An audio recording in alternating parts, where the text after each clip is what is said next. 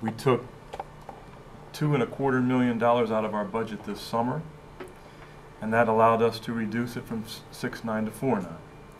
So what we're asking for in November is 4.9 mils. Now, in the school business, a lot of your expense is in people, teachers. And I think if you look at that next section, we've worked really hard at keeping our people costs down.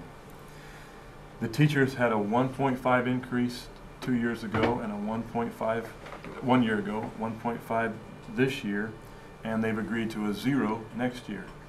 That 1.5 and 1.5 is the lowest raises in Kettering City Schools in 25 years.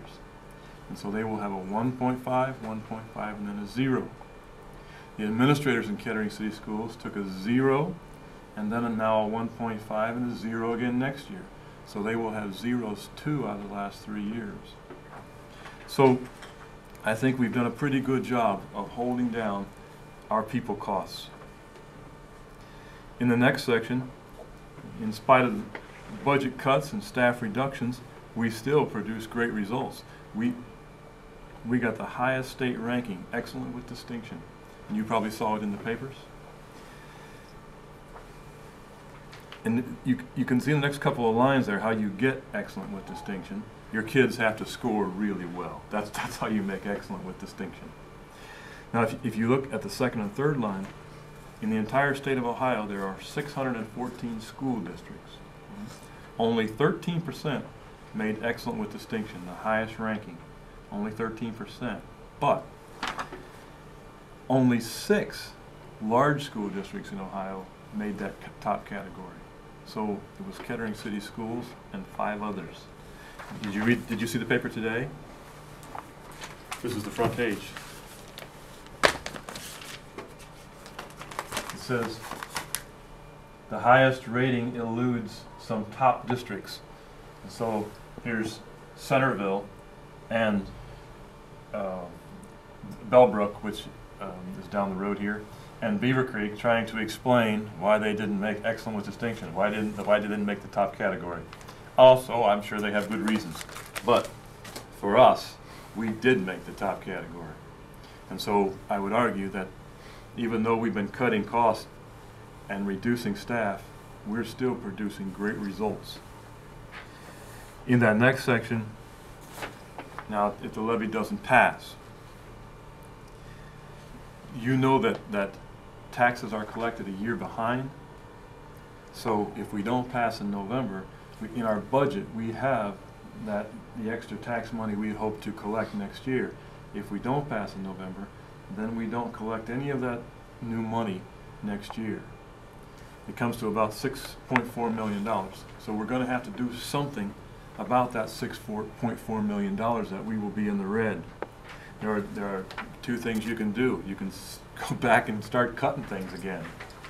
And if you look at that section, of course we've cut teachers, but the other things, almost all of transportation, extracurricular activities, that includes things like sports teams, marching bands, Spanish club, all kinds of clubs, enrichment programs, intervention programs, anything that's not the core academic has to go. So if we lose in November, you're going to see a whole different school system in Kettering City Schools. I'll give you an example of just take one example. We have asked all of our people in Kettering City Schools to work harder, to do more, and that includes all of us. When we built that new piece of the high school, we added about 200,000 square feet, but we didn't add any custodians. So we just said, guys, you're going to have to work harder. And the same is true of secretaries and our aides and our teachers. As teachers retire, we don't replace them. We just spread the work out among the teaching staff that we have left. But I'll just pick one example. This lady's name, Mrs. Reeser, she taught at Van Buren last year. She had 82, I'm back up in the second section now. She had 85 gifted students last year. And so we had 5 gifted teachers, we cut 2 of them, 40% of our staff. And so she now goes back and forth between Kettering Middle School and Van Buren, teaching 172 gifted kids. I don't know how much more we can squeeze out of our people. Can we wring some more work out of those folks?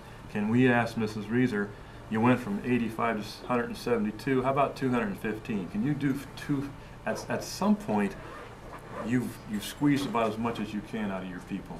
And that's about where we are now. So if we have to cut again next summer, you're going to cut deeply into the quality of the school system. We're going to hurt kids' education. So that's kind of where we are. In that next section, at the bottom, this levy is about kids, of course, but it's also about the kind of community that you want. The history of cities in this country is that they roll out from the center. And that especially is true in the Midwest, where there are no natural boundaries and the land is flat. The city just keeps rolling out. And we're kind of a precarious situation here, that the inner city is rolling over us and through us. Now we can go two ways here. We can remain a vibrant, dynamic, desirable city with stable property values, thriving, or we can go the other way. And the history of cities shows that the school system is the core. That the school system's got to be the cornerstone. If it remains strong, your city is good. And if the if the school system goes south, they take the city with them. So we're kind of standing at a crossroads here. And so we got to have that levy in November. So that's my case. All right, questions?